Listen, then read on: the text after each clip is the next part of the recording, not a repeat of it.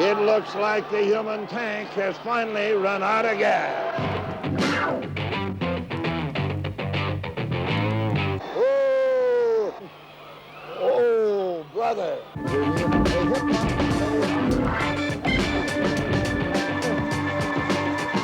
That should be it. That's all there is. There isn't any more.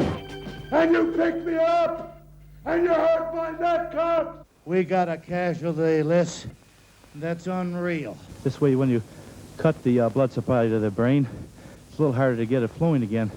All I can say is, wow.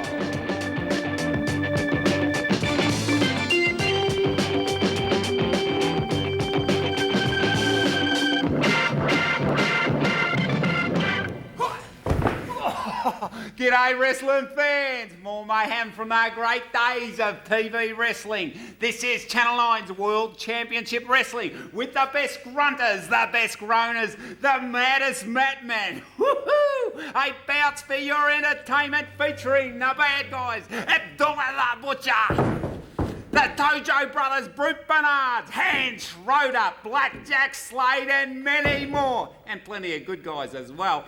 To start things rolling, let's get right down to business. What a battle. Yes, this 8-man war is going on, and it has been a bruising brawl from the opening bell. When there's a war, there has to be casualties. The first casualty was Don Fargo, the hog, and he looks like he's been rolling in the swill with the rest of the pigs in the hog. The second casualty is Mark Lewin, and he has had the bullet head of Abdullah the Butcher battering in him like a battering ram into the head of Mark Lewin. This match has been going on for over 15 minutes, and no quarter has been given or taken by any one of the 8. In a steel cage, caged in steel wire, 2 referees, Eddie Swan and Maury West. And of course, Big Bad John soldiers, the Hog, Don Fargo, Big Bad John, Abdullah the Butcher, and Waldo Von Erich. And the People's Army, Mark Lewin, King Curtis, Sheikh Wadi Ayub, and the Austrasian heavyweight champion, the Golden Greek Spiros Arion. It's impossible to concentrate on any two. There are 4 individual wars going on at the present time. Mark Lewin and Abdullah the Butcher. Big Bad John, backdrops, King Curtis, the Hog pouring in the boots and an elbow smash to the Golden Greek. And Big Bad John's shoulders are on top of the, you see that whip by Mark Lewin. How this man comes back. It's a real suicide mission now. And he's got the sleeper on him. This could be it. But there comes Waldo Von Erich with the glove and the Hog. Bill Arion now coming in. It's a suicide mission and a crusade by the People's Army pouring it on. Mark Lewin and Abdullah the Butcher on the canvas. Bill Arion comes up with one. Woo! He didn't learn that blow anywhere except like exactly that action he learned in an alley fight in the streets of Greece. Wadi Ayub battering the head, and those headbutts of Sheikh Wadi Ayub, it's just like a brick wall hitting you on the head. King Curtis putting the boots in to Abdullah the Butcher. Big Bad John is cowering over in the corner, and now this is what they've been waiting for. Waldo Von Erich, the Hog, and Abdullah John, now they're going, but he uses Maury West as a human shield, and the poor referee in the middle as the People's Army, Ayub, Curtis, Lewin, and Arion, Big Bad John, coward that he is, used the referee Maury West as a human shield. And now Eddie Swan he has got the force of the blows as Mark Lewin throws Waldo Von Erich into Eddie Swan. He's going, he waves his hand. He's going over now. The bell rings. The match is over. He's called the match off. We'll have You can see the brawl going on. We'll have the Eddie Swan has stopped the match because of the injury to Maury West. And it has to be a double disqualification. And now, like rats leaving a sinking ship, Big Bad John soldiers leave as Spiros Arion picks up and tries to help the referee. Don't forget, the People's Army are still out for more war. It's a real crusade to beat and defeat Big Bad John soldiers. Killer Carl Cox is a beauty. That brainbuster, what a rip, I loved it. It's tag team time. In one corner, the intellectual duo of Bulldog Brower and Abdullah the Butcher. Imagine being jammed between them on a plane trip to anywhere. Against them, Mark Lewin and Killer Carl Cox. We're speaking to you from Festival Hall in the wildest war we've seen in 1973. Mark Lewin drop kicking Bulldog Brower. Mark Lewin and Killer Carl Cox against Abdullah the Butcher and Dick the Bulldog Brower. What a bruising, brawling match. And Cox and Lewin have given even more than they've received. Look at the beautiful drop kick to the chin of Abdullah the Butcher. There's another one, but he misses only partially. It hurt both of them, and in comes Brower. Brower's coming in, he's over there. Cox is in the ring, watch it. He's kicking him away. He comes down with a hammer blow. Watch Cox, he might get it. He's got him up. It's a brainbuster on Dick the Bulldog Brower. In the meantime, Abdullah the Butcher came down with a butcher's axe. There's another butcher's axe on Lewin. All four men in the ring. Cox kept his promise. He gave the brainbuster to Bulldog Brower. And Waldo Von Erich has come in. There's a butcher's axe to Mark Lewin. Eddie Swan is trying to get Cox and Waldo Von Erich. Look at the atomic drop. Spiros Arion put on him, and he puts him over Abdullah the Butcher. Eddie Swan sees him down, gives him the count of three, and the crowd's going wild. The winners of the match, Mark Lewin and King Curtis. But Dick the Bulldog Brower, I have never seen anybody get up after the brainbuster. Usually they're out for some time and have to be carried out of the ring. He has literally gone berserk. In comes King Curtis. He comes over with a double chop. It doesn't even faze Brower. No wonder he's called a human tank. He gets another chop, another chop, another chop. And he body slams King Curtis and comes right back on top of Killer Carl Cox with a figure four strangle at the throat. In comes young Johnny Gray. Whoa! Johnny Gray, what nerve and courage to even come in there. And Brower throws him over the top stand of the rope, goes right back in that figure four strangle on Cox. Lewin and Curtis on the mat. In comes Milano. He picks up Milano. Body slam, goes right back into the figure four. He has gone berserk. Some way or other, after that brainbuster, he has gained the strength of 10 men. In comes Angelo Mosca. Mark Lewin working on Brower. He's pulling the leg out. And Angelo Mosca pulling on the chin. Milano holding on one leg. They're getting him away from Killer Carl Cox. But look at Brower. Goes back to Cox. Mosca, Curtis, Lewin trying to get him off of Killer Carl Cox. He has absolutely gone wild, gone berserk. And everybody trying to pull him off of Killer Carl Cox. I have no love for Dick the Bulldog Brower, but the human tank has literally steamrollered everybody that has come in. It has taken 5 men to get him off of Cox. He knocks Johnny Gray down, knocks Curtis down, Mosca goes down, Lewin's in the corner. Outside the ring, Milano is there, but believe me, everybody is trying to get them off. And the match is over. Look at him, throw him back in the ring. He wants to get back in there and give Cox a go. He lets Mosca have it. He comes in there, but they're keeping him away from Tiller Carl Cox. And believe me, wrestling fans, I've never seen a human tank go absolutely berserk like Dick the Bulldog Brower. It is absolutely beyond conception, the strength of this man. He's going through the crowd now, trying to get back into the ring and have another go at Cox. Mark Lewin is protecting him, and Johnny Gray and Angelo Mosca. But it's just like that slow-moving tank coming over, and Cox gets out of the way, and it looks like the human tank has finally run out of gas.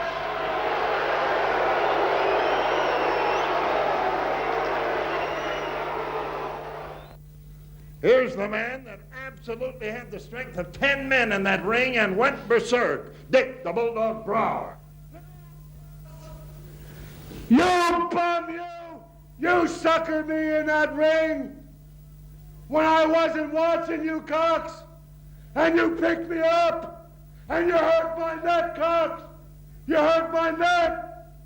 I'm going to beat you. I'm going to crush you. You can't hurt me, Cox. You can't hurt me, Cox. You can't hurt me, Cox. You can't hurt me. When I get you in that ring, when I get you in that ring next time, they're going to carry you away on a stretcher, Cox. Because you ain't man enough to pick me up face to face where nobody's in the ring but you and me. You'll be in the ring with me at Festival Hall, Cox. And when you do, you better pack your bags and you better leave Australia because I'm going to cripple you. You hurt my neck and I'm going to tear you apart. From the black and white, good and bad guys of the 60s through to the colour of the mid-70s, it's Mr. Football Teddy Whitten at the controls for Channel 9. It's good guy Ronnie Miller set to take on the world. Take it away, Teddy! Well, as promised at the top of the programme, this match coming up now features in the blue corner the current Austrasian heavyweight wrestling champion wearing his belt quite proudly, Ronnie Miller. And his opponents in the red corner, Butcher Brannigan and Dominic Carey. Now, the referee will call all into the centre and with the flip of the coin will determine which man will wrestle Ronnie Miller first. And there goes the coin now as the referee Rob Phillip tosses. Butcher Brannigan will face Ronnie Miller first, and then after that match there will be a 1 minute break and Dominic Carey will take over from Butcher Brannigan. There's the bell to start the match, and this is not a handicap match. It is just an ordinary contest, but Tony Coloni approached Ronnie Miller when the big challenge came out from Bulldog Brower to take on two men today on World Championship Wrestling. And Tony Coloni, always smart, coming up with new ideas all the time. And look at the champ. He's certainly got his dancing pumps on today, Ronnie Miller, because he looks quite light on his feet. And a Butcher Brannigan, as I said to you at the top of the show, always out to improve his wrestling status. And a win in this match over Ronnie Miller certainly would make Tony Coloni sit up and take notice for a match featuring Brannigan and Miller if he can defeat Ronnie on television today. But Miller, in some way, shape or form, must think very hard about this particular match, because not only is he going to deal with Butcher Brannigan, with a 1 minute break in the middle, he's got to take on Dominic Carey. So two matches in one, and that was a beautiful hip toss by Miller, but Butcher Brannigan just rolled Miller over for the count of two, had his shoulders pinned, and Miller sits it out now, the side headlock onto Butcher Brannigan. Brannigan's strength takes Miller over again for the count of two, but Miller comes back once more, and they're sitting it out at centre ring. Brannigan with the strength, much heavier than Ronnie Miller, but of course Miller, tough, match hardened, is pushed into the ropes by Butcher Brannigan, come out with a big shoulder. Brannigan hit the canvas hard, over the top Miller. Brannigan waits, up comes a big knee. And to me, that was very low to Ronnie Miller. And down goes Miller with a double-fisted chop. Look at the big Butcher now, sending them right into the kidney area of Ronnie Miller. A kick again under the armpit of Ronnie Miller by Brannigan, rolls the wrist lock around. Brannigan, he's a mean character, comes in with the big forearm to that armpit again, and there he goes, working on the left arm. That's the section of the body that Brannigan looks as if he's going to take out on Ronnie Miller. And Miller must give this a lot of consideration again, because Dominic Carey watching closely exactly what Brannigan is up to as Brannigan goes to canvas again, tries for the hammerlock onto Ronnie Miller. And Miller's swung around now by Butcher Brannigan, a half crucifix he's got on him here now. And Miller's shoulders are virtually pinned there for the count of 2 by the referee. Oh boy, that was close, the count of 2 again. Referee Phillips continually belting the canvas over towards the ropes. Miller, here comes the experience of the champ. Look at him go. This will call for a clean break, and there you have it. The clean break by the referee there, but Brannigan wasn't prepared to break clean. A kick to the chest by Brannigan, and another one. He buckles Ronnie Miller up, who's down there. Still got hold of that left wrist is Brannigan, and continually works on that left arm. This is not a handicap match for people that may have just tuned in. Coloni, the promoter, has asked Miller to take on 2 men in preparation for the big match this coming week with Bulldog Brow for the Austrasian title. Hammerlock by Butcher Brannigan. After this match, a 1-minute break, and then Ronnie Miller takes on Dominic Carey. Brannigan pleaded with promoter Coloni to let him be one of the 2 men. And Coloni agreed to let him jump in there and see what he could do. People in Victoria, particularly in the Warragul surrounding areas in the country, on the 1st of November. World Championship Wrestling Stars will be there at Warragul the 1st of November, and tickets are available at Robo's Sports Store. Robo's Sports Store, Warragul the 1st of November for World Championship Wrestling. Curtis will be there, Brannigan will be there, Bulldog Brow, O'Day, Ronnie Miller. And the people in the studio are screaming because Bulldog Brower had that right foot planted on the bottom strand of ropes looking for leverage, as he still has that hammerlock onto the Australian champion Ronnie Miller. This is 1 fall, 10 minutes in this match. The big elbow. Miller comes off the ropes. Look at that shoulder charge, will you? Tries the ropes again. Brannigan waits for him. A beautiful arm drag by Brannigan. Put Miller down to canvas. Rolls the wrist around again. Still working on that left arm, ladies and gentlemen. As I said before, pick out the certain part of the body and work on. That's exactly what Brannigan is doing. Ask him, said Butcher Brannigan. And he's certainly applying the pressure. Again, for people of New South Wales, this Wednesday, the 11th of October, at the Wayland Community Centre, Mount Druitt. All of your wrestling stars will be there for you people in New South Wales to see in action. Again, Curtis, Brower, and also J.J. Dillon. Of course, Dillon would be there. He's the manager of them. And the return of Ox Baker this week on World Championship Wrestling. A hammerlock by Brannigan onto Ron Miller now. Referee Phillips having a good look, asking the question to Ronnie Miller. And believe you me, wrestling fans, that Bulldog Brower is really turning on the power here. He actually is using that full bulk of his on this hammerlock, and you can see that left wrist. He's let it go now, but drops the big knee down to that shoulder blade of Ronnie Miller. This certainly cuts off the circulation to the left arm, and Miller certainly will be thinking very, very hard now of a way to come out of this against Big Butcher Brannigan from Louisiana. Takes off into the blue corner now. Brannigan lays off and slaps one on to Ronnie Miller. That was a Brannigan slap. Into the whip into the red corner. Brannigan takes off after him, but Miller moves away. Brannigan hits and collides with those turnbuckles hard. Goes to canvas. They're both on their feet now, and here comes the champ. Look at the big fella go, will you? Ronnie Miller with 3 beautiful forearms and lays another one. Left, and he takes him by the left arm. Whips him into the blue corner. Miller follows him with a big shoulder charge. Look at him go, digging those big shoulders into the stomach of Butcher Brannigan. The referee tells Miller to come out of the corner. He does so. Whips him into the red corner again. Oh! The big knee from Brannigan was raised and hit Ronnie Miller right into the chest, and Brannigan takes him by the hair now. Looks like he's taking him up for the neck breaker. This is the Louisiana neck breaker that Brannigan has got onto Ronnie Miller. Miller's got hold of the ropes. The referee has a look. Miller's got his feet. Oh, he comes back out of it beautifully. And look at that suplex by Miller. What a beautiful manoeuvre. And a win to Ronnie Miller. Now we'll have 1 minute's break. Hello, Dominic Carey's moved in there. There should be a 1 minute break. 1 minute break. The referee said, hello, there's a surprise. There should have been a minute break, but the referee said to let it go on, and Miller's had no 1 minute as Dominic Carey. But it's about the only way the little podgy midget will have a chance of getting into this match, because Ronnie Miller, the champ, certainly after taking on Butcher Brannigan, is quite warmed up, and the referee watching closely here as Dominic Carey has moved in. He puts Miller into the whip. How long is the champ going to put up with this? A flying body press. Oh! and the champ has beaten them both.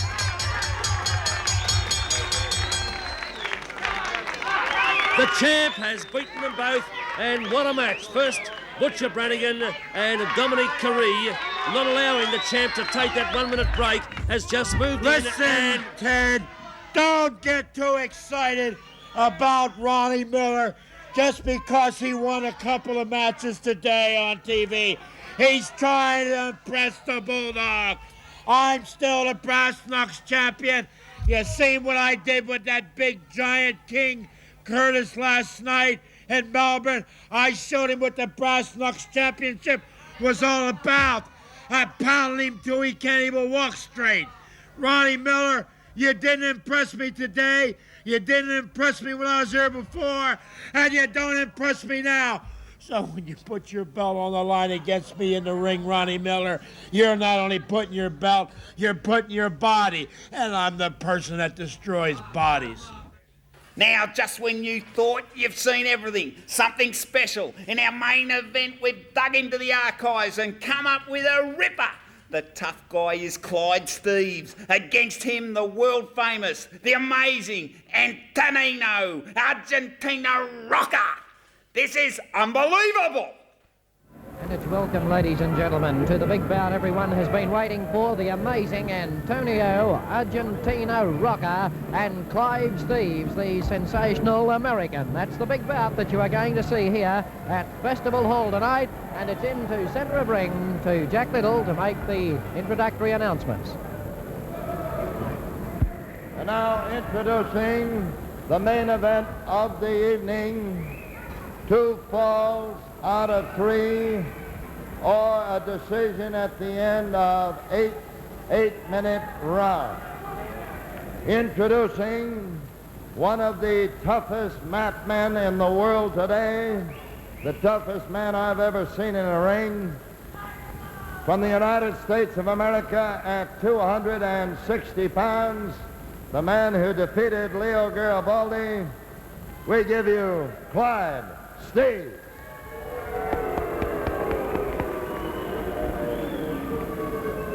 And introducing, for the first time in Australia, the world's greatest wrestler, we give you the one and only, the spectacular, the amazing Antonino Argentina Rocker. And the referee for this great bout, Bonnie Muir. May the better man win. Antonio Rocker has had over 1,500 bouts through every country in the world, including Russia. As yet, he has never been defeated. This is his first bout, and one that we have all been eagerly looking forward to. He's the man that, according to the experts, has placed wrestling back as a top puller in the United States of America. Of Italian parents, born in Argentina, he has very mixed interests, and his knowledge on all subjects for a wrestler is one that is absolutely amazing. A gentleman in the true sense of the word, and he's meeting one of the toughest men that we have seen wrestle, and here they go. You'll notice that Argentina Rocker wrestles barefooted. He's famous for his kicks, which are reminiscent of the French Surrette kickers. He's never still a moment, Argentina Rocker. Clyde Steeves uses the ropes to great advantage in his bouts. These men have a lot of respect for each other. They've both wrestled against some of the greatest wrestlers in the world. A clean breakaway.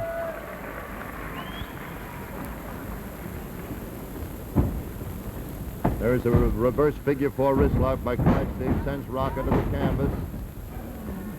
Rocker bridges over in magnificent physical condition and a body slam. He lifts that 260 pounds like it was just a very, very small 5-pound weight. Man, he lifted it up like it was just child's play. There he goes again, and wham, bam, thank you, ma'am. But there's only the count of 2. The shoulder's off the canvas, and one leg is outside the ropes. He really slams him down. Not an ounce of fat anywhere on Rocca or on Steve. Steve looks like he has a big midsection there. Rocca went for a drop toe, but missed. They're right above us here at ringside. Rocca is getting away, and he kicks him in the face with his foot. He says that's the bottom of the foot. That's perfectly legal. It is, too. Antonino, Argentina Rocca, and Clyde Steves. 8 8-minute rounds, 2 falls out of 3. Notice the leverage and pressure. And there's a kick for a breakaway. You got to watch Rocca's feet every second because it's amazing the way he uses his feet. He leaps up in the air and he's flying drop kicks or something. He's never still a second. Steves is watching him like a hawk. He comes in with a rolling bill on Rocca. Rocca's on the canvas. You can see in your television screen the pressure right there at the elbow. And there is a cravat scissors with the feet applied by Rocca. Notice the position of the feet and the toes. That is cravat scissors applied by the feet. It's a beautiful shot in your television screen. And Steves can't kick out of it. What a shot. You can see how Rocca exerts the pressure. Look at Steves trying to get out of it. Notice the position of the feet and the legs and the toes right under the head. And Clyde comes up, but with the feet, it's a breakaway by Rocca. He just kicks him right smack. One heel in each eye. The crowd have never seen anything like this before here in Australia. Argentina Rocca is the only man to ever pack out Madison Square Garden, not once but 5 times. Over the ropes, Barney Muir tells him to break, and it's a clean breakaway. A clean breakaway by Steves and Rocca. With 2 good men like this, you got to watch very close. There's the figure 4 wrist lock by Steves, and Rocca just jumps over and comes in with a beautiful drop to hold, but Steves is rolling and neither one has the advantage. Rocca still comes around for the leg lock, a kick away by Steves. I've never seen such whirling dervishes anywhere. Comes around, kicks him down again, but Steves is a big man and powerful. He comes around, kicking around with those feet. Steves says, wait a minute, wait a minute, wait a minute. Steves says, let me get my breath. Wow! Well, that's the kind of action that'll bring big-time wrestling back in big houses wherever he appears. The amazing Antonino, Argentina Rocca. He tries to jump over the ropes and doesn't quite make it. And falls in.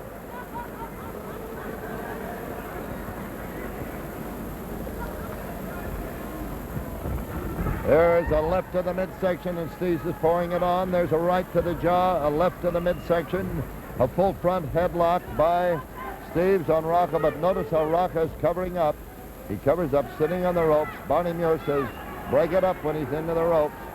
Steves comes in with a full choke on Rocca, and it is a full choke. He lets a right go, and Rocca goes down to one knee. Steves picking him up now and rolls him over, comes up with a figure 4 scissors under the chin, but Rocca turns around.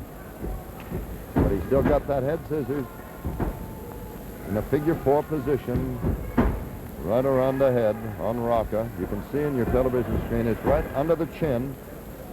Rocca is twisting, is almost ready to kick out. Steves gets a tighter grip on it. Figure 4, head scissors on the head of Argentina Rocca. Applied by Clyde Steves. Notice Rocca bridging around. He's never still for a second. There's a beautiful kick and a breakaway by Rocca. He says the man bit me on the leg. Or there's something on there, or there's grease on his ears. He says, no, there's no grease on the ears. He says, well, he certainly kicked out of that one easy. Not a fall as yet. This is the first round, and Rocca has got his feet with a cravat and it throws him to the canvas. Beautiful cravat scissors applied by the feet by Rocco. Wow. Look at that shot in your screen. You can see the position of those feet. Steve's trying to pull Rocco off balance. Rocco just breaks it and kicks Steve right in the eye with the toe. Perfectly legitimate. Comes in with a bear hug on Rocco, has him over the ropes. Comes up there and he lets one go. But Rocco says, I'm in too good physical nick to let that hurt me. In over 1,500 bouts, Rocco has never been seriously injured. Has a little cauliflower around the right ear, a little around the left, but he's never been seriously injured in 1,500 bouts. And there's the bell to officially end round one. Rocky is always in perfect balance, balancing on his balls of his feet at all times. Shakes his hand. Steve's is waiting for him, and they come in the arm and neck hold. A side headlock by Steve. He punches Rocco right between the eyes, and there was a left to the midsection and right, and Rocco goes down. He's got the feet in position, and Steve's backs away. He rolls over and comes up with a drop toe hold on Steve's, comes back, changes it into a single reverse toe hold on Clyde Steve's, and that is a vicious one. Notice the pressure. Notice the pressure, and Steve's rolls around, comes around with a very peculiar scissors right around the neck, and he's got one arm out. It's a head scissors from a front position. He's pulling the fingers back on the other hand. As soon as Bonnie gets out of the way, he's deciding to pull them apart. Pulling that wrist back. He's applying the pressure on the head scissors. Watch Rocco very closely. He spins out of these headlocks. With amazing muscular control. Steve's applying the pressure on this headlock. Steve's on top at the moment. Bonnie's watching very close. Watch Rocco. Rocco's got him rolled over now. But Steve's applying the pressure on that wrist. And there's the bell to end round three.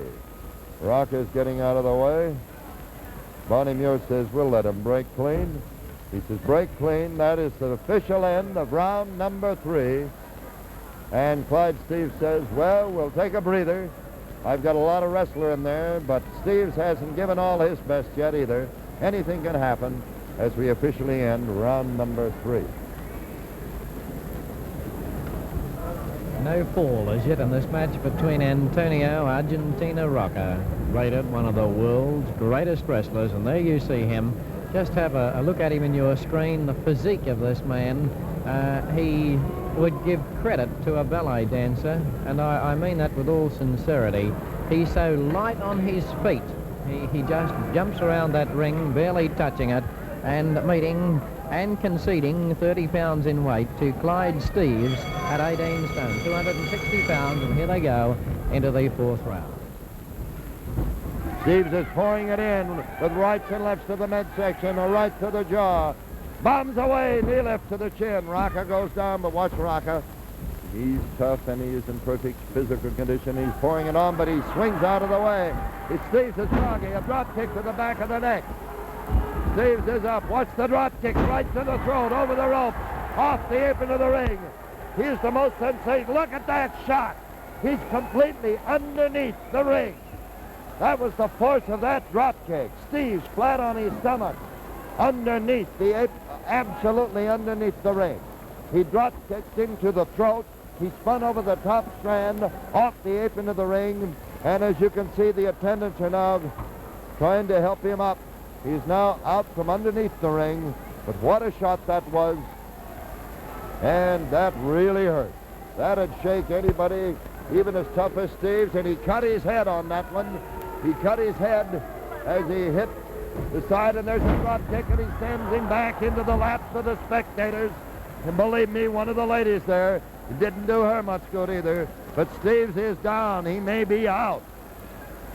I don't know. He hit on the back of his head against the chair. I don't know what has happened, whether the man is out or not. We're waiting for the count. We're seeing if he can get up. We can see a better shot there, and there is Steves. You can see he keeps falling back. Rocca is somersaulting, waiting for him, waiting for the kill. Here comes Steves, and he is bleeding all over the head. Believe me, he's really, the claret's flying. A drop kick to the chin. Steves goes down. Another drop kick. Steves goes down. And he's up at groggy, and another drop kick. I've never seen a man take so much punishment in my life as Clyde Steves. He's out. I don't know, Bonnie may stop it. And he let Bonnie go. He let her right go, and there's a drop kick to the jaw. He let Bonnie have it. But he's trying to save him. A drop kick to the jaw. Steves is literally out on his feet, and he let Bonnie have it again. He's knocked him down. A drop kick. And there's a bell. He pushes Bonnie out of the way. Another drop kick. I don't know what the official decision will be, but Bonnie says, stay away, Rocca. He pushes him out. I want to go. I've never seen anything like it in my life. I've never seen anything like it in my life. He knocks Bonnie out of the way again. The attendants are coming in. Down goes Steves again. But there it is. The bout has been awarded to Antonino Argentine Rocca. And very rightfully, Bonnie Muir has stopped the bout. Bonnie Qualified one round. He disqualified for hitting me, yeah. Well, one fall look at only. his eye to see what's the matter, yeah. Just one fall. No, the bout is not over. We'll make the official announcement again to all of our viewers. Bonnie Muir has disqualified Clyde Steves for only one fall. He wants to take a look at the eye. The first fall goes to Antonino Argentina Rocca. The bout is not over unless Bonnie Muir decides that Steves cannot continue. Steves wants to get back in there. Well, there you have it, ladies and gentlemen. The roughest, toughest wrestler I've ever seen. It's taken 5 attendants, and Bonnie Muir, ring the bell. Let him go. Get the attendants out of the ring. Attendants out of the ring. Clyde Steves is the toughest man I have ever seen anywhere in the world. He has literally taken the punishment that 6 men couldn't take, and he still wants to go in there and go up against Argentina Rocca. The toughest man I have ever seen. And Rocca drop kicks him right to the neck. He drop kicks him again. I don't see how a man can take it. This is vicious. But Rocca, all legitimate, comes in, and an Irish whip into the crossbuckle. Steves goes down. I don't see how any man can get up. Man alive. There he goes. Rocca picks him up into a backbreaker. That is a backbreaker, a submission hold. A submission hold, a backbreaker over the shoulders. Bonnie Muir should come in there. This is a submission hold, a backmaker. Do you give up? I think he's out on his feet or on the shoulders. And Clyde Steves is gone. And there you have it. The toughest wrestling bout I have ever seen in my life. 2 straight falls. The first fall when he was disqualified, and the second fall when, with a backbreaker over the shoulders, he won the bout. Clyde Steves is down there, and in just a moment we will hear the announcement over the loudspeaker system, the officials. But the bout naturally goes to Antonino Rocca. They're working over Clyde Steves. It was 2 minutes and 50 seconds of the 5th.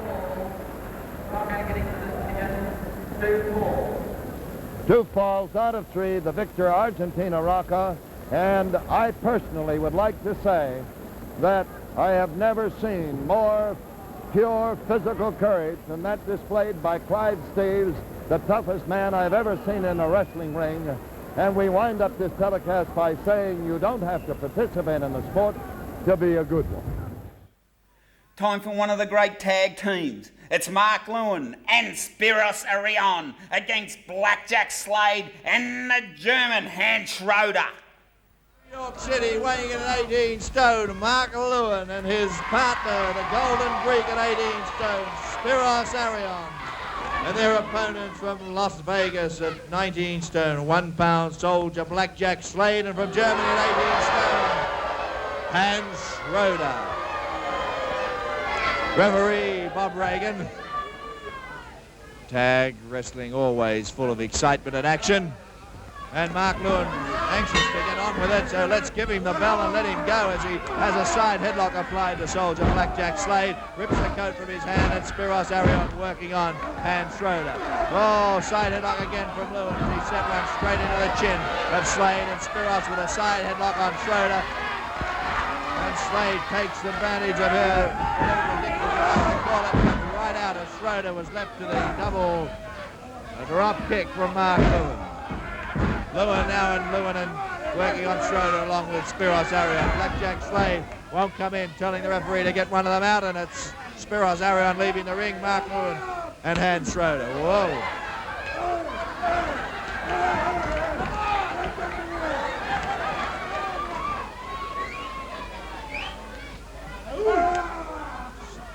Standing wrist lock from Lewin on Schroeder. Whoa, and forces Schroeder to his knees with added pressure applied to the wrist area, sending him right down.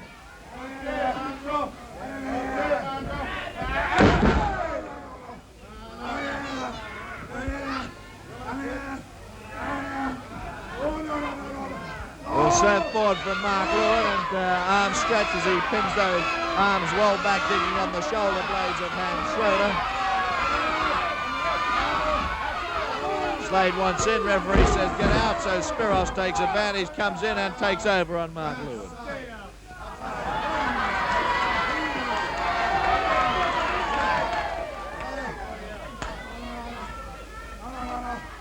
Spiros with the arm stretch and then one right into the rear end of Hans Schroeder.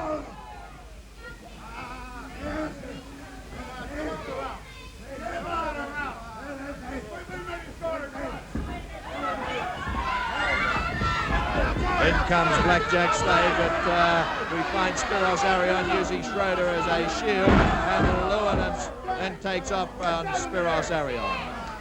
Lewin with the arm stretch, stretching those arms as Hans Schroeder. And I would say the referee letting the situations pass by because of the approach of Mark Lewin and Spiros Arion.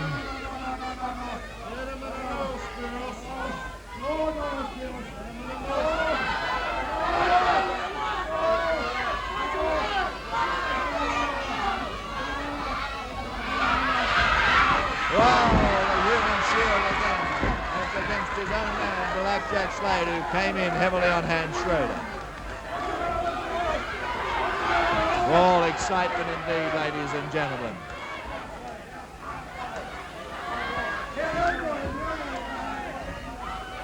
Tag wrestling from go to woe. Can't take your eyes away from it for a split second. The action's going on in all corners of the ring.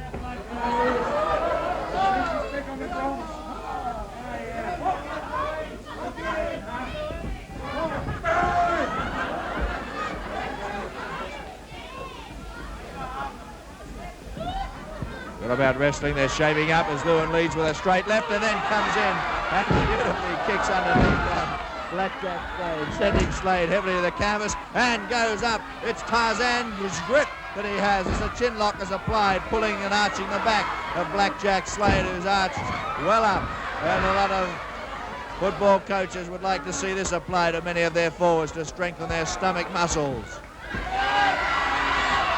Rolls over by Mark Lewin and nearly gets a body scissors applied to Blackjack Slade, content to pin the arms in crucifix style.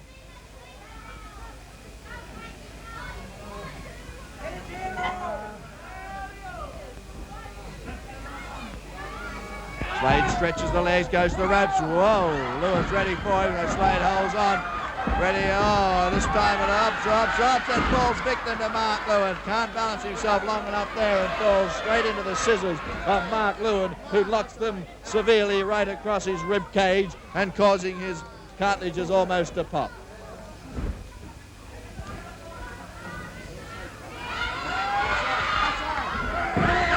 Oh, Schroeder in on the blind side of Lewin. Lewin with the body scissors applied as well as a wrist lock enabled Blackjack Slade to get out of it, but smartly Lewin comes in and sends one beautifully to the side of the head of Blackjack Slade.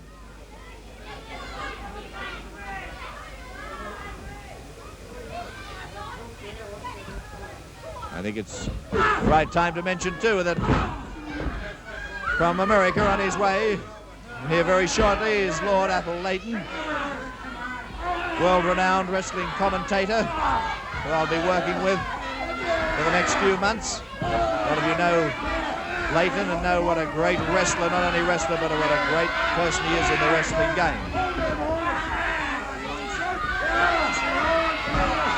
I'm looking forward to Lord Leighton coming along, especially with the news that he brings of wrestling all over the world. A man full of knowledge.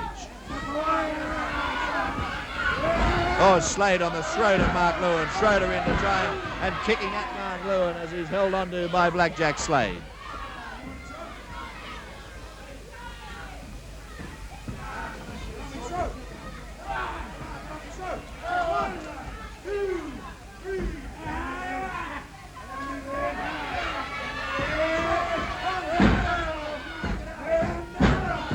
In comes Schroeder again on Mark Lewin. Oh, Blackjack Slade going down, biting in the neck.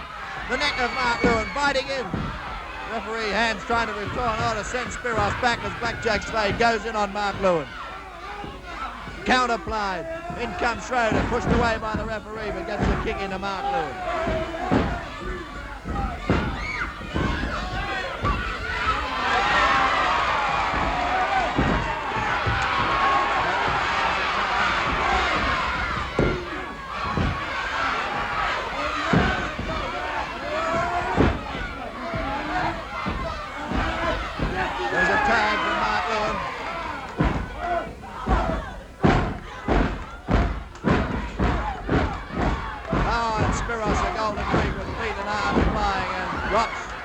Ton of bricks. And Trow picks him up, aiming stone. The atomic drop brings him heavily down. And it's 2, 3, and in comes Lewin. Now right in the side of the head of Soldier Blackjack Slade. And there's the arms. They're raised in victory. It's Mark Lewin and Spiros Arion who have taken the match over Soldier Blackjack Slade and the Hand Schroeder. Well, Slade not happy with that beating, wants to continue on. Looks like the ring might be the safest place to interview Mark Lewin because these fellas seem to be reluctant about getting in. They like getting out and going on the run, but King Curtis is here, and now it's 3 against 2. We'll see a change in attitude. As you said, mongrels, that's all the word. If it could be a stronger word, we'd use it, Mark. Well, there's a lot of stronger words, and plenty of them to describe the devil's disciple, and that's Big Bad John. Now, Big Bad John, the low-down scum that he is,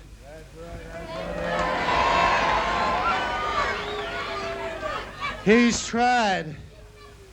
John, you've tried everything. You've taken out referees. You've taken out wrestlers, permanent, I mean. We got a casualty list that's unreal. We got a lot of hospital cases, and we've got a lot of people suffering, and you've got a lot of pigs on the way. You've got the Bulldog, who I consider an inhuman tank and a person that is highly dangerous. He actually, in my estimation, is a wrestler that belongs behind bars. He needs to be locked away. But I say, don't lock him away. Don't do anything. because we got some people on the way too. We got a 320-pound Italian that don't know how to back off. He doesn't know how to say, end the war. He says nuts to the enemy, and that's Angelo Mosca. I want you to say, Angelo Mosca, because we're going to be screaming because he's one of the people. And believe me, standing beside me, flanking me to my left, you're one of the people, Michael. Right behind you, Mark. And God bless King Curtis and God bless Spiros Arion, because the enemy will never survive, because we're going to beat them and drive them back and hold our forces right where we stand here in our beloved Australia, the Far East, and New Zealand.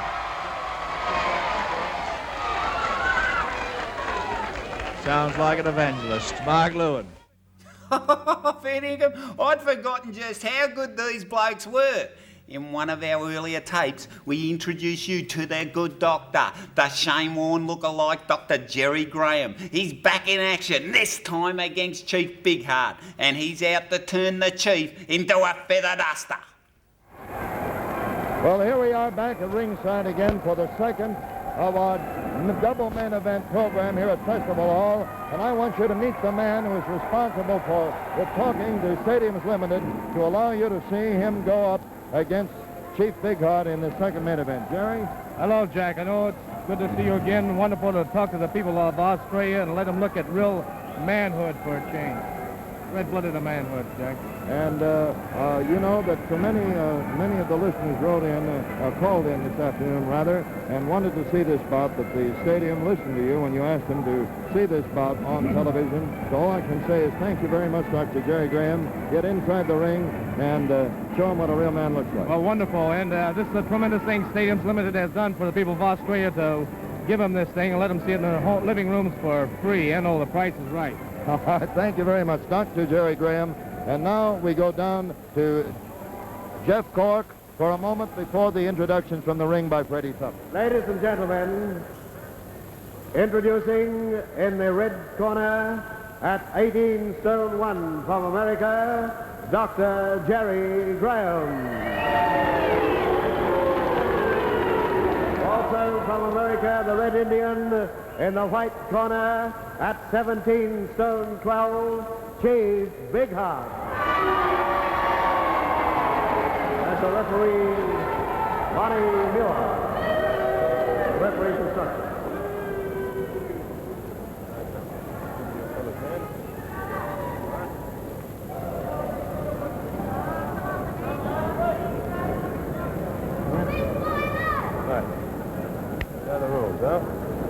I know the rules. Let's see if he knows the rules. What's the count? I think I might throw him right up there with the rest of those. You're not supposed to throw the man out of the ring to start with, right? It looks like he has grease on his body. Never mind about that. I don't think he has. Right. Well, get out, I think.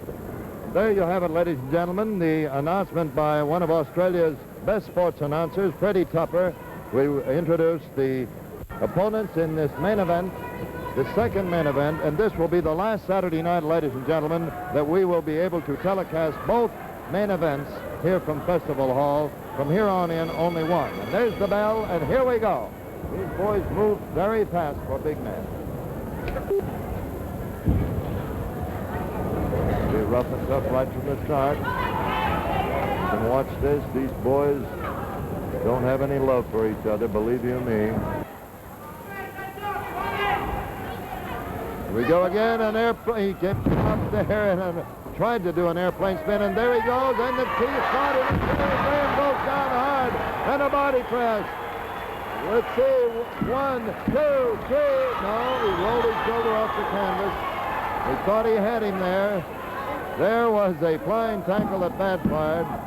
It's a count of 2 again, but Jerry Graham still has that ounce of energy left. He gets that shoulder off the canvas. We thought it was a fall for the moment, but he's using his feet to keep his shoulder off the canvas. That slight dizziness now is gone. They won't get a fall here. The chief realizes it, I believe. And Jerry comes up now, and he's gouging around the throat, as you can see. He's got a semi-strangle. This is a lovely position to have your foot, but not for the man whose foot, whose neck you're stepping on. Barney Muir is warning Jerry Graham. Yes, the action is about to start. Here he goes, into the rope. Whoa, that was an Irish whip by Dr. Jerry Graham, and a knee drop to the Adam's apple. And there goes Dr. Jerry Graham. Watch this, and he comes down with a knee drop from the top of the ropes. And there's 1, 2, 3. There goes Dr. Jerry Graham.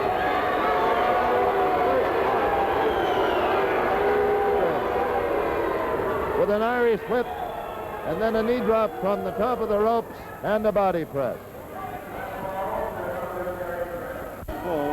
Of this, the second bout came after 3 minutes 56 seconds of the second round. 3 minutes 56 seconds of the second round.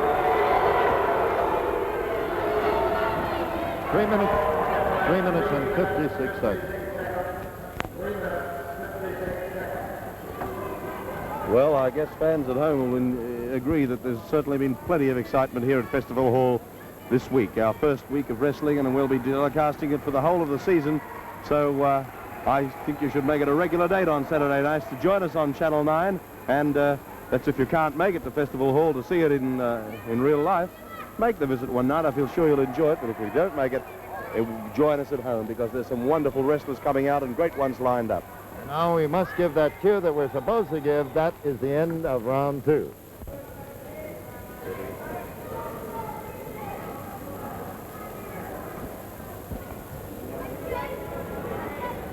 Well, they're still having a little rest. Jerry Graham toweling himself down. He's quite damp. He poured a little water through his hair. The chief has recovered. He took quite a battering. Imagine that, 18 stone 2 of Dr. Jerry Graham landing from the ropes. I suppose the top of the ropes would be approximately 4.5, 5 feet from the ground. That's quite a jump. An 18 stone 2 on your stomach, my word, I guess it hurts quite a lot. It's moments like these you need them. There's no doubt about it, Jeff. For those of you who might have missed the call of how Dr. Jerry Graham won that fall, it was an Irish whip, and then from the top of the ropes, a knee drop to the chin and a body press. It was a beautiful Irish whip, and he really hit the crossbuckle, and the back of the chief's back hit that crossbuckle and didn't do him any good. And there's the bell for round 3. First fall, first blood to Dr. Jerry Graham of California. Chief Big Heart needs to win the next fall to keep the match alive. Sparring around like a couple of boxers. I thought I'd come into the fights on Friday night. That's the referee's hold, or arm and neck hold, as they call it. Rottinger tells him to break, and Dr. Jerry Graham does not break clean. He kicks the chief under the chin. You can hear him singing out at Dr. Jerry Graham. He's gouging him around the eyes again. Can you hear the crowd? There he comes in with a knee lift. Bombs away! Bombs away! Jerry Graham has certainly had it all his own way, and he's pulling that mouth apart. You can't see it on camera, but we can. He's literally stretching that mouth completely apart, and Barney Muir warns him to break. He's coming in and he's pounding at the top of his head where it was split open in Sydney on Thursday night on a ring pole, and Dr. Jerry Graham is really working on that head, trying to split that cut open, and I think he's succeeded.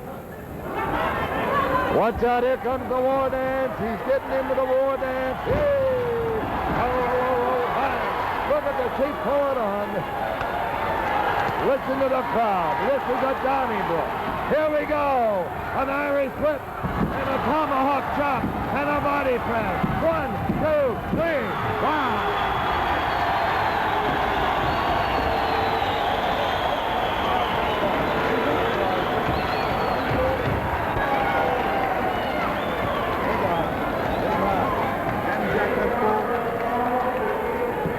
The equalizing ball to Chief Big Heart after 1 minute 38 seconds of the third round. And now, Jeff, I must come in and tell them exactly how that fall came about. They saw the action, but the official call for that hold was an Irish whip, a tomahawk chop, and a body press. It's interesting to notice that Chief Bigheart used the Dr. Jerry Graham used the Irish whip to get that fall on Chief Bigheart, his first one of the night. That's right, and now we must tell our fans at home that that is the end of round 3.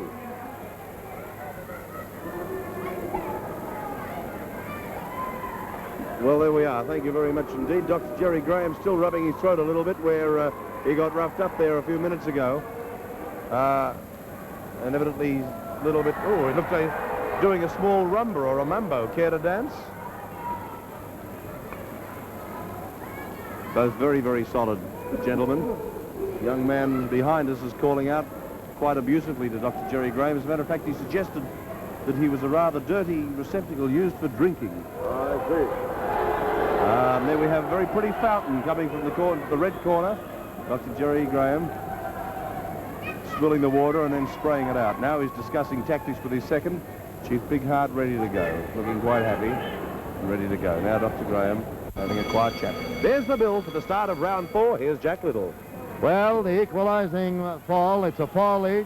The bout is still open. Dr. Jerry Graham has that bottle in his head, and look out. Why, anything can happen. He's trying to break it over the chief's head. He's pounding it on that cut. Barney Muir's trying to get it out of his hand. Wow, how about that?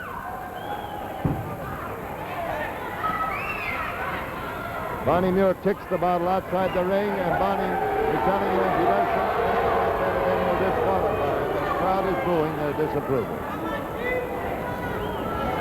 Fall apiece. Anybody's battle at this time. The boys are immediately above us here. Wow.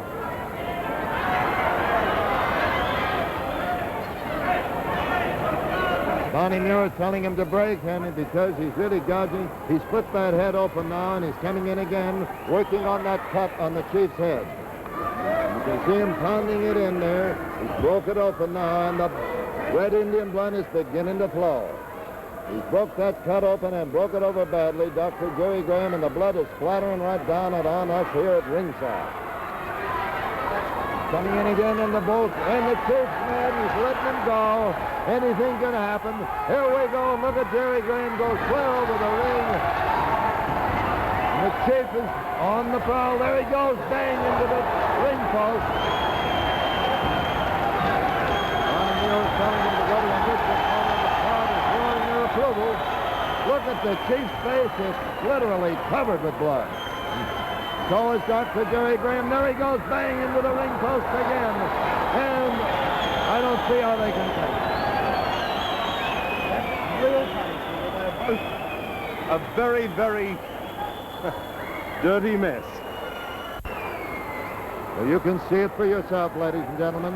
These boys don't give in an inch. This is a real Donnybrook, a Pier 3 ball. This is Arizona-style wrestling. Anything goes. There goes Barney Muir. Barney Muir is over the side of the ropes now. He could disqualify both wrestlers here. I don't know what will happen.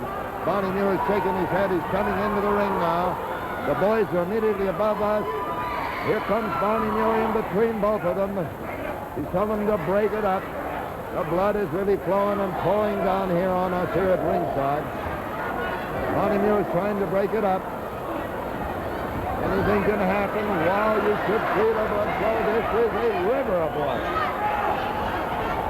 And that's it. They're breaking it up. All the attendants coming into the ring. And this is going to be it. No contest. Listen to them. And the blood is flowing. Believe you me, you can see it.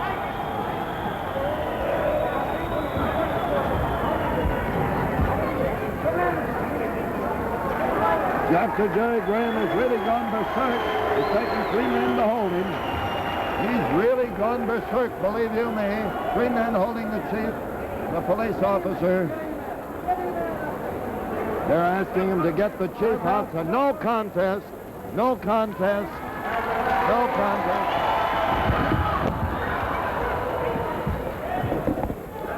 And the Here we chief go, fell ladies out and of the gentlemen. ring. I hope we got a microphone back because we really, yeah, we're right. We're all right, ladies and gentlemen. Well, you can see what big-time wrestling is. Chief Bigheart landed. We landed over we can get a couple of words from the chief. Believe How he's you going me, back. we earn our money. Wow, how about that? Well, ladies and gentlemen, I saw the chief coming. I'm coming back around here now to get into position because It's no contest. And you can see our friend Dr. Jerry Graham up there at ringside. Dr. Jerry Graham, I'm coming up here and let him have a talk on the microphone. Jerry, that was a lot of punishment, and there was no holds barred. Do you have anything to say at all before we try and sign off this? I'm not through. This is worse than Pearl Harbor. I'll finish with this guy the last thing I do. Thank you very much, Jerry. It's a blood feud with me. I think you better get to your dressing room, boy. You're in bad shape. There he goes. He'll get by. A very rough, tough customer.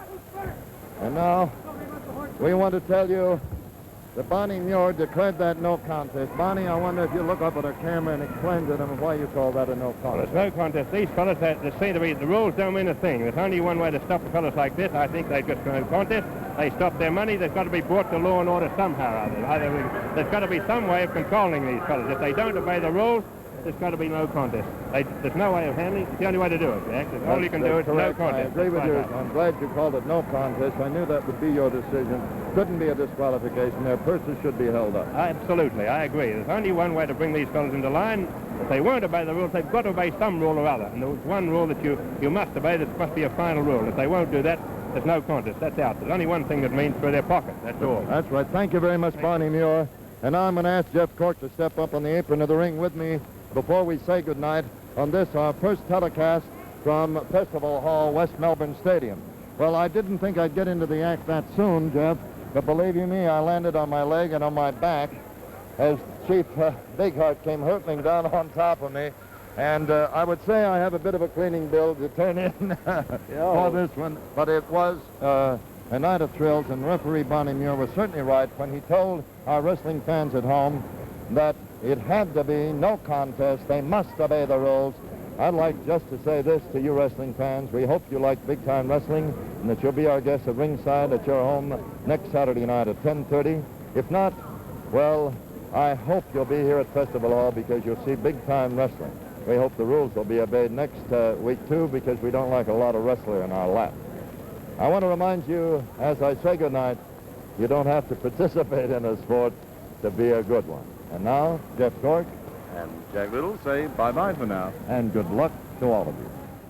Time for new talent. While Spiros and Mark Lewin were making mum swoon, we had the Tojo brothers, mean and merciless. Well, we've had this war going on for a long time between Big Bad John's soldiers and the People's Army, but this time under the orders of the National Wrestling Alliance, the Tojo brothers are defending their title with no disqualification. Pinfolds, submissions, and countouts are the only thing that count. If one of the wrestlers is injured, then the bout will still continue. Look at that one. The atomic drop right on the knee. Spiros covers him. Every wrestler in this tag team war bears the scars of battle because the big guns have been out. Here it is again. Ooh, the atomic drop. Well, Spiros, Arion, and Mark Lewin promised you whether they had to use fair means or foul, as long as there was no disqualifications, they'd fight fire with fire, and that's exactly what they're doing. This is perfectly illegal. There's no disqualification. Vito is outside the battle, and it's 2 against 1. And listen to this crowd. A packed hall at Festival Hall in Melbourne. They pick him up. They double body slam him. Mark Lewin and Spiros Arion. And it is Hero Tojo in there. And there's the sleeper. He's got the sleeper. Spiros Arion is pounding in there as well. Now in comes Big Bad John. He butts him on the head, knocks him out of the ring. But look at Lewin knocked down Big Bad John. What a haymaker. There's a sleeper again. He's got the sleeper on him. Big Bad John is laid out. But now in comes Hito again. Now, Spiros is outside the ring. Abdullah the Butcher. It's 4 against 1. There can be no disqualification. The Butcher's axe comes down. And now the claw. And the rack. And in the stomach. 4 against 1. And there can be no disqualification. A headbutt drops Spiros into the canvas. The Butcher's axe right on the neck of the Golden Greek. Eddie Swan can do nothing about it. There's no disqualification. But out of nowhere, Sheik Wadiayub. And he comes, and he lays Big Bad John down. He's going absolutely berserk, and so is every man, woman, and child at Festival Hall as those dynamic headbutts of Wadiayub keep pounding in. Now it is Hero Tojo. Abdullah the Butcher gets the headbutt. Down he goes outside the ring. It is Hito and Mark Lewin changing blows. They're fighting outside the ring, and on the apron of the ring it's Hito and Mark Lewin. Eddie Swan giving the count. You saw Big Bear John pull him in. Mark Lewin still out on the apron of the ring.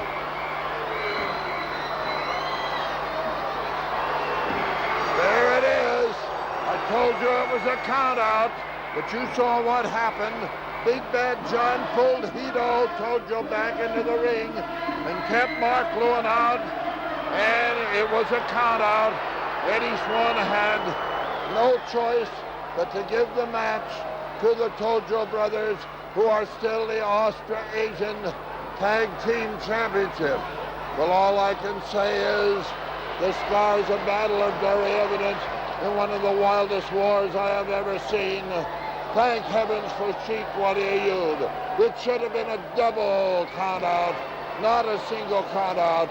But I'll guarantee you the war with the People's Army and Sheik Wadiayub will be ready for battle and will dish it out to Big Bad John soldiers. Oh, and a quickie to finish off. One of my great favourites, the Brute Bernard against Killer Carl Cox. Bernard is down, hit by an elbow coming off the ropes from Killer Carl Cox. Cox dancing around after Bernard, who's going back. Hands and knees back in the corner. Bob Reagan, third man in the ring, as Cox pounding in the feet to the stomach. To break these two wild men apart. There's Reagan, he's got a handful of hair, trying to pull Cox away, and Cox hits him with an elbow, and back goes Reagan. He kicks Reagan in the head, he picks him up, a brainbuster, and crash goes the referee, Bob Reagan, from the brainbuster. Now Cox goes in after Bernard, he slams him down to the canvas, and lines him up, and hits him with an elbow, crash he goes, and Bernard is down, dazed. Cox on top now, as the fans are with him. You can hear them roar, listen to them.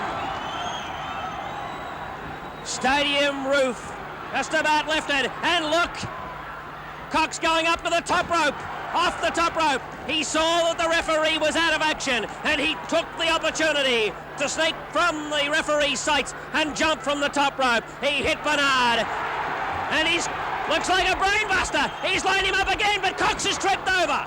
Cox tripped over the referee when he had Bernard lined up for the brainbuster. Bernard staggering around, he's fallen through the ropes on the far side, and he's off, he's gone, staggering through the crowd. Bernard out, shaken as he dazed goes through the crowd, but here he comes back in, being assisted as he is pushed back into the ring. Cyclone Negro assisting Brute Bernard into the ring, and Cox takes the opportunity to give one to Cyclone Negro. Bernard is dazed, the referee's out to it, Negro's down. Now Cox lifts Bernard up again, brainbuster, but driving that head of Cyclone Negro right into the midsection of Killer Carl Cox. Here's 2-1 now. The Madman, Brute Bernard, the Madman, Cyclone Negro, and look at Bernard. Bernard's going to the top rope, off the top rope, right into the midsection of Killer Carl Cox. Here's Mario Milano coming in to try and help Cox as he pounds into firstly Negro, then Bernard, then Negro. Cox is down, he's out to it at the moment, so's Reagan, but 2 against 1. Bernard and Cyclone Negro have got Milano. Bernard's got Milano's legs. Here comes Larry O'Day as they try to get Milano out of the way. They're coming right, left and centre. Larry O'Day, Moose Morawski's there, Johnny Gray, Tony Marino, Rob Phillips as Milano's in. Look at Cox, he's down and out to it. So's Reagan. Cyclone Negro down in the corner. Milano, oh, you can't keep up with the action. It's everywhere. Bernard has gone mad. He kicks Cox, and Cox goes out between the ropes. He's hurt. He's down and out right on the floor of the stadium. They're trying to break these men apart, trying to get Milano away, trying to get Bernard away, and Negro. Meanwhile, Bernard and Negro have taken the opportunity to slip out of the ring as they've tried to sort everything out. And have a look at that. There's bodies everywhere. Bodies everywhere. Killer Carl Cox is down in front of us on the floor of the stadium, and he's in diabolical trouble.